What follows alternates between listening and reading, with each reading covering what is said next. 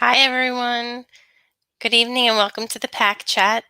I'm Lori Don Diego, treasurer of NJPHIPAC. Tonight, I'm joined by my fellow board member, Melanie Dragone. The PAC chat was created to give you, our community, the opportunity to meet influential people in our state who share in our commitment to health freedom. As part of the PAC's endorsement process, we've invited special guests, Assembly candidate Jerry Taylor and Assembly candidate Al Mastrofilipo, all of Legislative District 38. Legislative District 38 includes municipalities in Bergen and Passaic counties, including Melanie's and mine. If you are tuning in with us for the first time, welcome. If you're returning, welcome back. We're going to bring our guests on in a few moments, but for any new viewers this evening, I'd like to give you a little background about NJPHIPAC and our endorsement process. NJPHIPAC is a political action committee. We're an organization made up of passionate, experienced, and committed advocates who have come together in a grassroots fashion to help influence the political landscape in New Jersey. I'm sure I can speak for many of us that when it comes to policymaking in this state, we the people are left feeling more and more helpless and disempowered. I can imagine how for many of these feelings have accelerated over the past couple of months and weeks. Many of us are personally affected by the multitude of mandates being implemented and the freedoms being removed. Our goal in forming NJPHIPAC is to change that, to give you, the people, a seat at the table in an arena where it increasingly feels like we aren't being heard. How does a PAC work? Simply put, the PAC collects contributions from individuals like you. These funds are then pooled and implemented strategically to influence key campaigns in the state, as we've discussed on previous calls. A PAC's primary goal is to seek candidates who align with our mission, so they are able to advocate on our behalf in Trenton and ultimately strengthen our rights and freedoms and get the state back on course. The PAC's mission, which is the foundation of what the PAC stands for, is to protect and strengthen the constitutionally guaranteed and fundamental rights of all New Jersey residents to make medical decisions for themselves and their families without coercion or undue constraint. We simply believe that all decision-making when it comes to health and medical choices should be left to the individual. And with that, let me pass things over to Melanie to share with you our endorsement process. Thanks, Lori. So before we move on to introducing our guest this evening, we want to review with you what it takes to achieve an NJ5PAC endorsement. NJ5PAC has developed a set of standards to measure whether a political candidate is eligible to receive an endorsement or not. And this includes, but is not limited to, the completion of the NJ5PAC survey, their previous voting records, if that's available, and their positions on matters that affect our mission here at NJ5PAC. So when NJ5PAC endorses a candidate, that endorsement is done with integrity and measurement without bias. Our goal is to provide transparency around the candidates who meet this criteria and to be a resource for you, the New Jersey voters, in this election year, 2021, providing inputs around where votes and supports are warranted. When you see the NJ5PAC symbol, the gold seal endorsement symbol, you can rest assured that this is the best candidate for our collective mission as health freedom advocates. Our previous and future endorsements can all be found right on our website on njphipac.org/endorsements. So check them out so you know who to vote for tomorrow or on election day, since we have early voting that's already begun as of yesterday. I'm going to throw it over to Lori, and she's going to bring on the District 38 candidates. Thank you, Melanie. Without further ado, let's bring on NJ5PAC's newest endorsements, the District 38 Assembly team, Jerry Taylor and Al Mastrofilipo.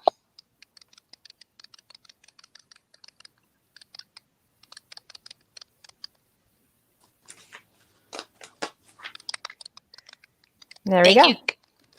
Thank you guys for joining us tonight. We're extremely excited to introduce you to our community. Well, thank you for having us.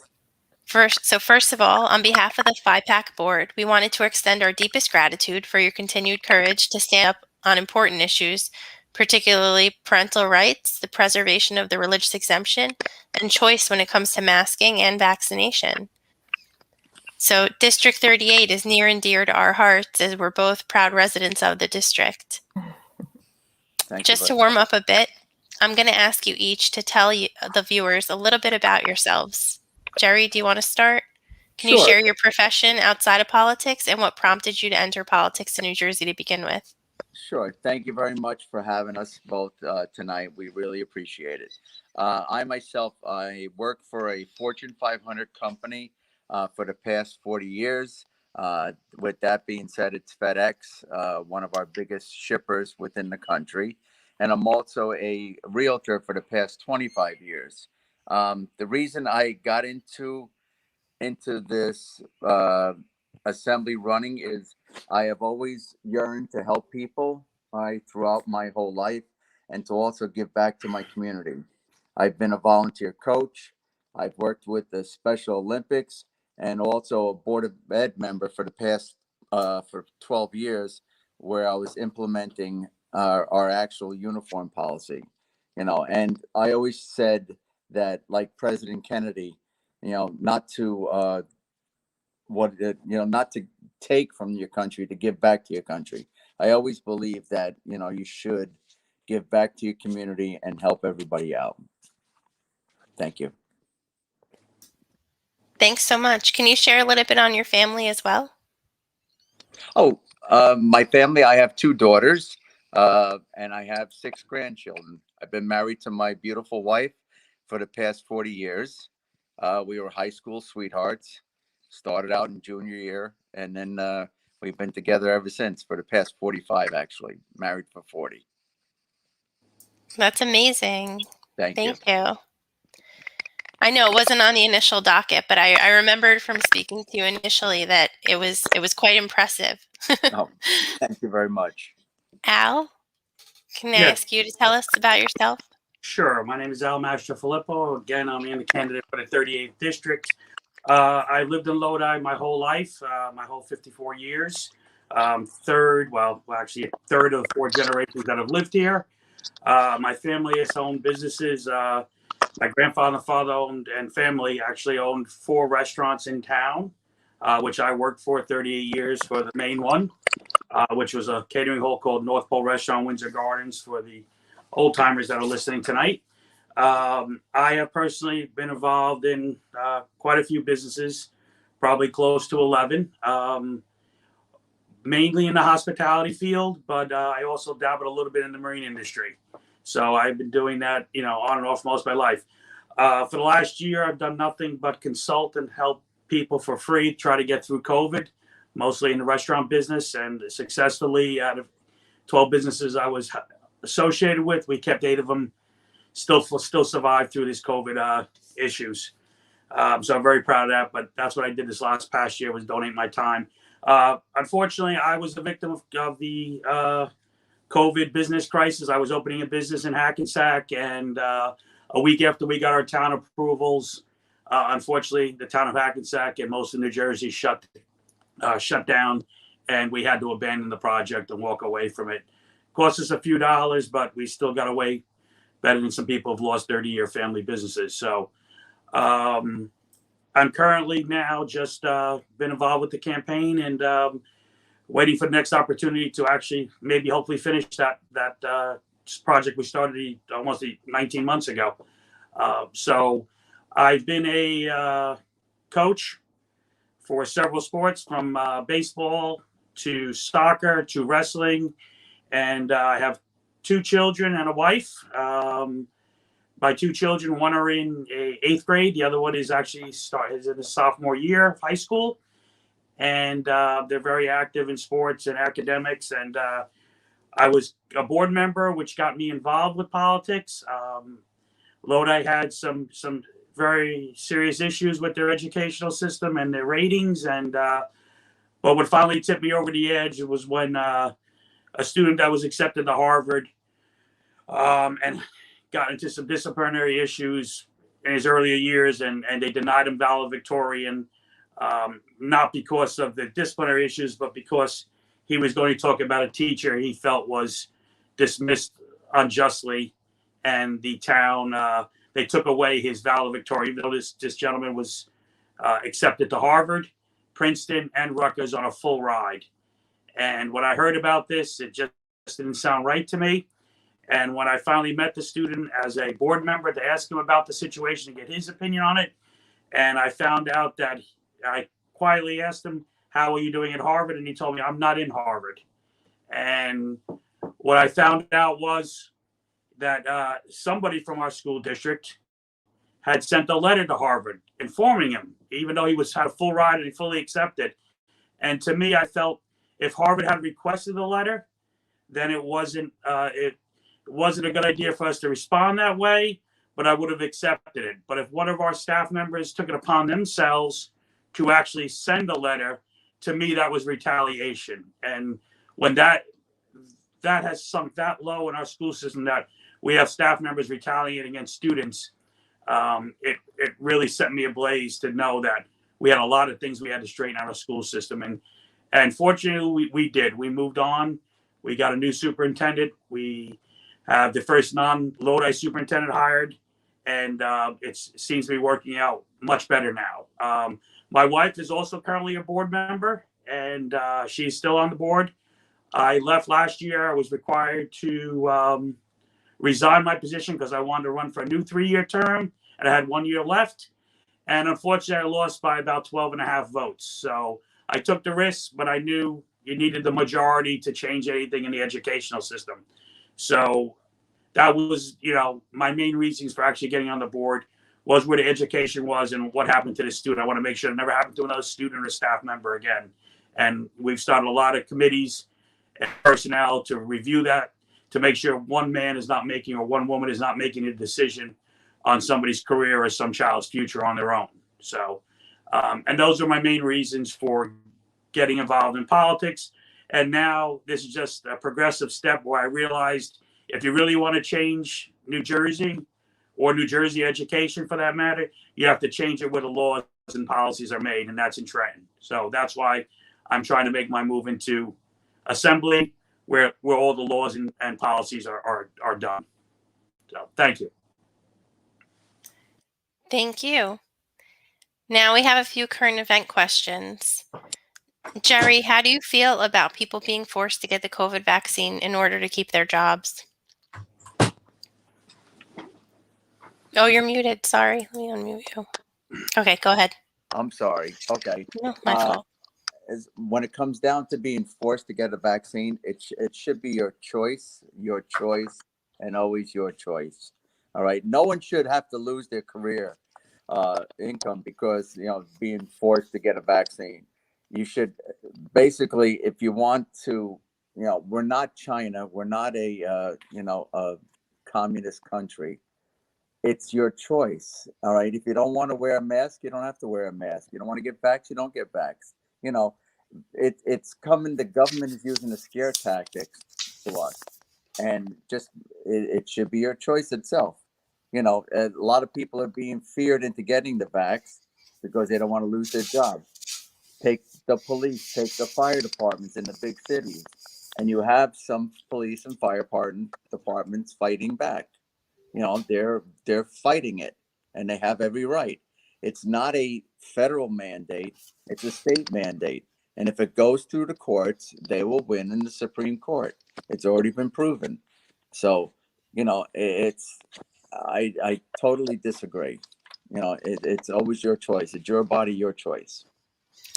Thank you for that. I appreciate it. Al, what are your thoughts on natural immunity? Well, I mean, the natural immunity is has come forward in the light of COVID, but natural immunity has been around for forever. Any kind of flu or you develop it, your bodies and your antibodies. I'm not a doctor, so I'm not going to go too deep into it, but you develop the immunity to the system. But not to change the subject, the point is, and what Jerry had just discussed is, what difference is it whether you have it or not? This vaccine does not cure, does not keep you from getting it, and doesn't keep you from transmitting it. So I never understood the point of mandating something that doesn't do that. And everybody makes the argument, polio, measles, and stuff like that. But polio and measles, the vaccinations kept you from getting it and kept you from transmitting it. That is not the situation with this, if you want to call it a vaccination. This is a situation where The only thing it helps is you.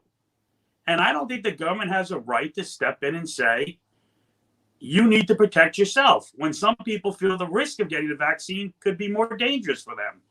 So while the discussion of natural immunity is a good point, I understand everybody's argument, but I think their argument is more so, why should I be forced to take something that doesn't keep me from getting it?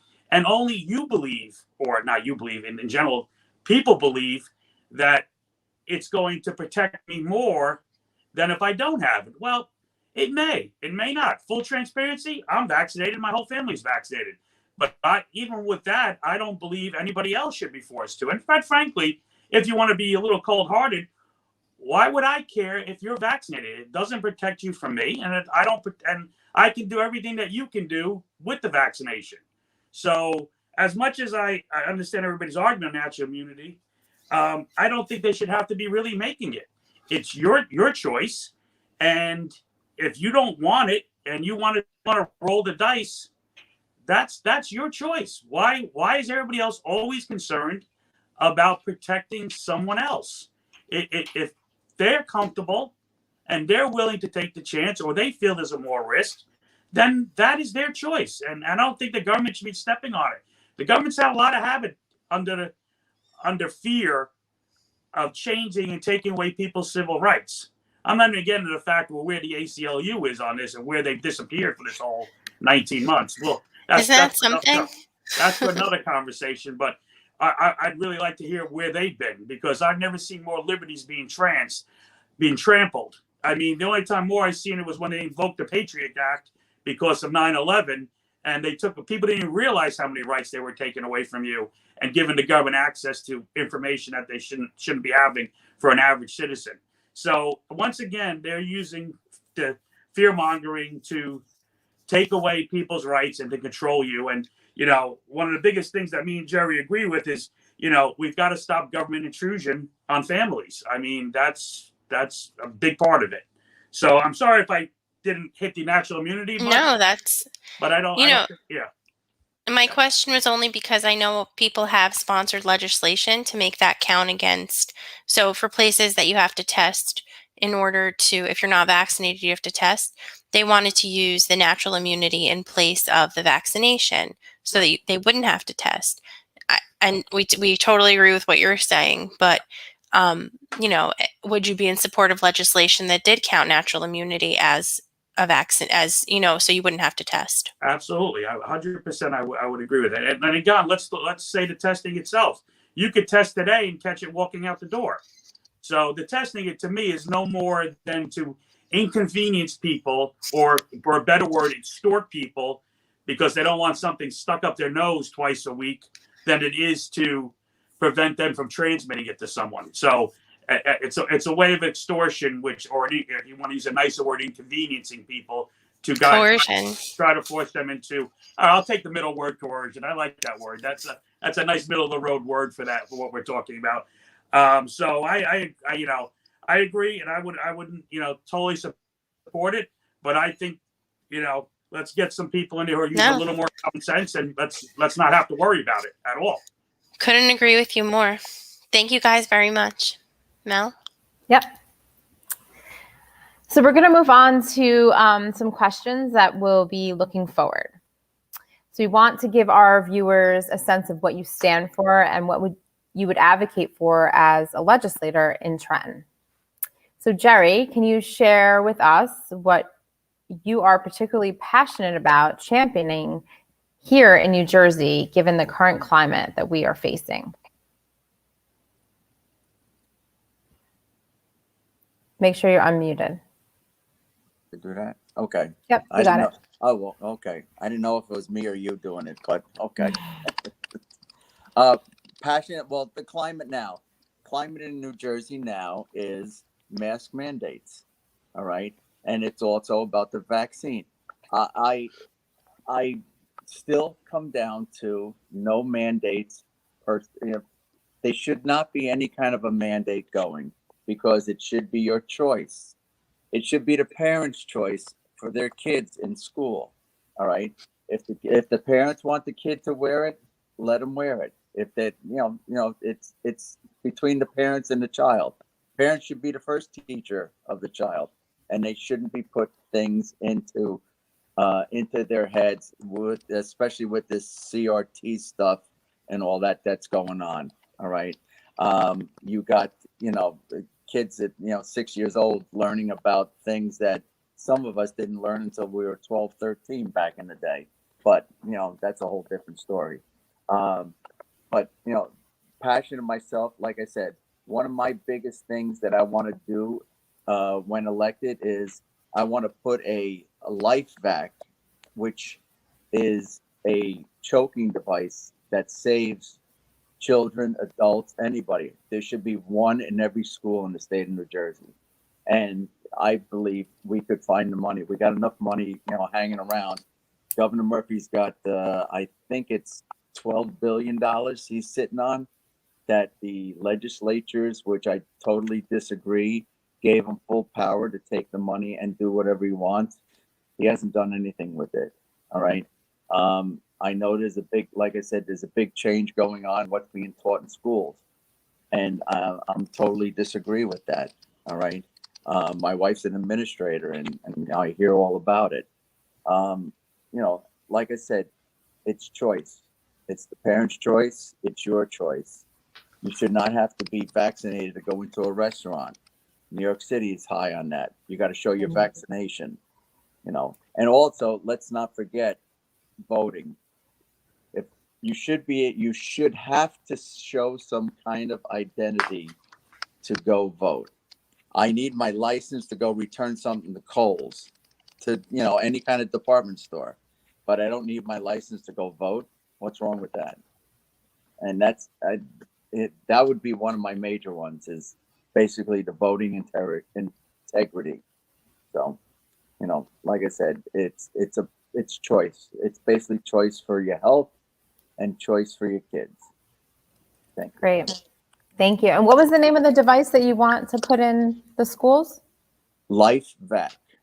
All right. It's a device that basically, it helps it if somebody's choking. It actually covers their mouth and basically sucks out whatever is stuck.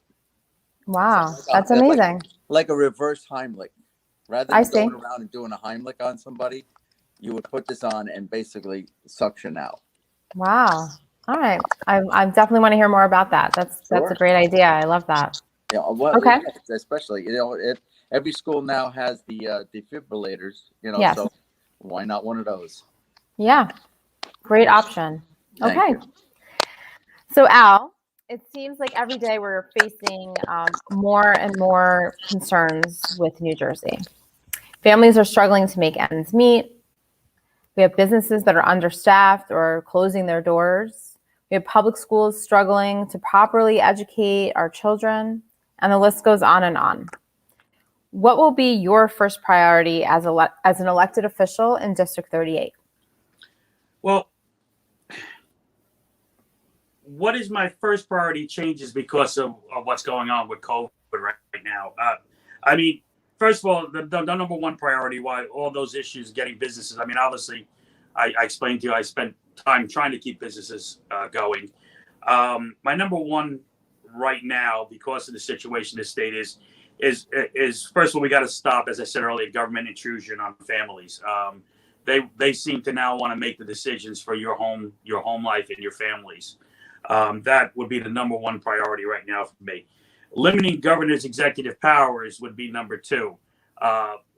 We watched governors go rampant, and unfortunately, when you have a legislative assembly and senators who are also on the same political party, they are supposed to be your checks and balances to not allow one-man rule in a state. And I think that the laws need to be changed to make sure that never occurs again, regardless of who's our next governor. That needs to be made clear that to limit the governor's executive powers there has to be some more control, especially you have a situation where both houses are basically the same party and you have overrule on one side. one of my biggest issues right now, I think, is reforming campaign donation laws, and I will get flack from both sides of the party for this one. I truly believe, and this is terrible of me to say it to a PAC, but I truly believe that if you accept donations from any organization, group, union, just like as a board member, if I accept donations from the NJEA, I am not allowed to vote on anything issues for their organization. And I believe that should be pushed forward. If the low men on the totem pole, who used to be the board members, who are now flourishing as one of the most important elected jobs in the state right now, are not allowed to vote on anything that they receive money from, why are our state legislatures not, or our governor for that matter, not in the same situation? If you can recuse them or restrict them from being involved in votes that organizations have, in essence, I don't want to use the word paid for, but there's not really a much better word. If you're being supported by certain unions, you shouldn't be able to vote on issues with those unions or those PACs or groups, however you want to put them. I mean, it's done for the board members. Why isn't it done for our legislation? It's in essence stopping pay for play. And that's simple vote. Now, will I get much support for that? We shall see. But I've been known to put things forward, whether I believe I can get them through or not. So that is one of the biggest things. And that process will change who our elected officials are, I believe. I believe you will start getting a better group of people who are not obligated to any group or any organization, which is what every politician in Trenton should be. But as we know, that's not normally true. If that was true, good people like you who are trying to defend the children wouldn't need to form a PAC. They would just have legislators doing what they're supposed to do. So those are some of the things. I agree with Jerry on overhauling education, elections and voting laws. You need to show an ID. I have to show an ID for the day I'm here. The educational, financial, the way we financially support our education and the curriculum reform both need to be addressed immediately. But, board members can do it a lot quicker than state legislators. But if they choose not to, or they just choose to be a hand raiser for whatever purpose they're there for, that's not going to change. So I think we need to create laws, even though it'll take longer, to how we finance our education in each of our states, each of our cities, and also what our curriculum is. And somebody needs to be taking much harder looks at the curriculum. And basically, listen, I would always be for term limits for all elected positions. I know that's not a big popular one, but I think people get burned out, and once they've served their dues, I think it's time for them to move on to either a different position. I don't foresee that one ever coming true because it's not in a lot of people's best interest, but those are the main things. Regarding the schools themselves, listen, I, as you ladies know, I work hard for my school system, for the Board of Eds and for our Board of Elections. I mean, our current candidates are, basically, are into slogans such as no longer will any parents be denied knowledge of their children's education, to make sure curriculums are about educating and not indoctrinating. So we have board members who are trying to step up in the community. They even want to go as far as installing cameras in the classroom for both the teacher's safety as well as the students, to allow parents of those classes to actually access the classroom and see what the day in the life of a student and staff member is like, and also to allow parents full transparency of what their kids are being taught. I mean, this day's technology, it's never been easier to do. So, we have a board pushing that. And while they're pushing it, the other side is being donated by the NJEA. So, that should be the biggest concern with anybody, is that the NJEA is donating to local campaigns on a state level. If that doesn't scare the public, I don't know what should. So, but those are some of the things I'd like to accomplish and get done. And, as a board member, I got 99% of everything we said we would do, we get done. I have no fantasy that it will be that easy here in the assembly, but I'll hold people's feet to their fire. If people are saying what they're saying, I'm going to go there and make sure they do it. It includes whoever the governor is. So hope that answers your question. Great. Yeah, for sure. Thank you so much. I appreciate you being. No, not at all. And I appreciate you being candid and having that wider lens to understand and to have the foresight to see some of the issues that are already occurring in Trenton and, seeking to correct them possibly. And if and when you do win in District 38, we have some legislators to connect you with who have the same fire and tenacity that you seem to have. So I'm happy to connect you with them.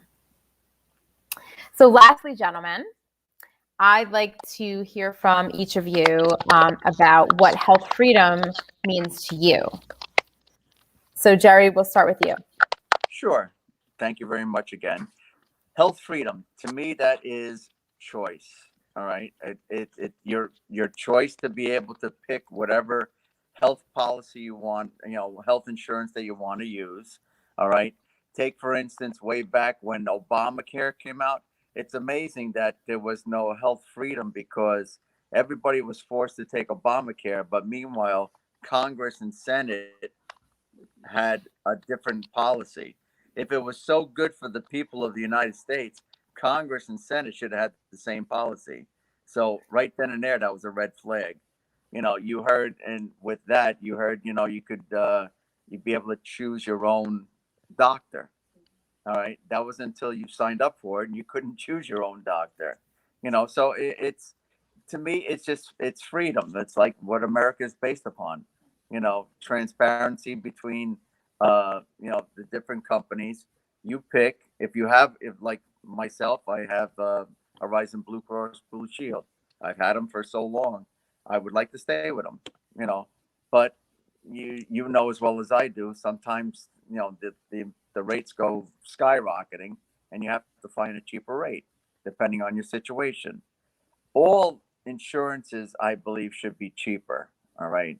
They're very expensive, especially if you're, you're for a family policy.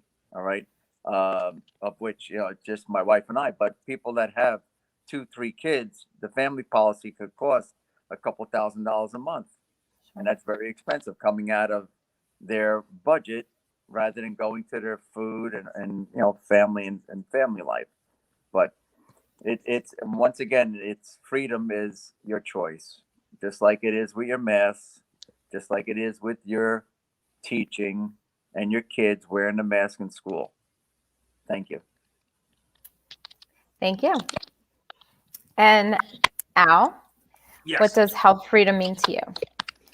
Well, a lot of what Jerry said, but to me, health freedom is not having to expose your health benefits or your health to anyone but yourself, your doctor, and anybody you want to share it with.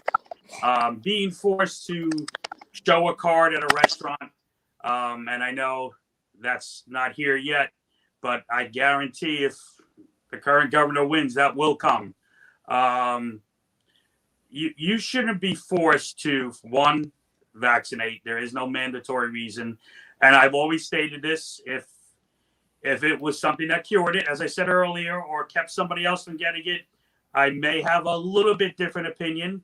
But under the circumstances of this vaccination, there's no reason why anybody should be forced to do it. The masking, listen, I've never agreed with that. As a board member, I fought that tooth and nail to allow our kids to even go to in-person school. They were trying to stop that in my town. And I put up enough of a stink to at least get them to agree to hybrid. And we did. But the freedom is you shouldn't have to have the right not to give any information. That should be your freedom, that you are not allowed to show a card. I mean, why don't we just break out the scarlet letters and do what they did with the measles and the polio shots? I mean, let's be honest. I don't know how old you ladies are, and I won't ask you, but when they gave those shots, they clearly branded people. There was no reason why you had to have that big circle.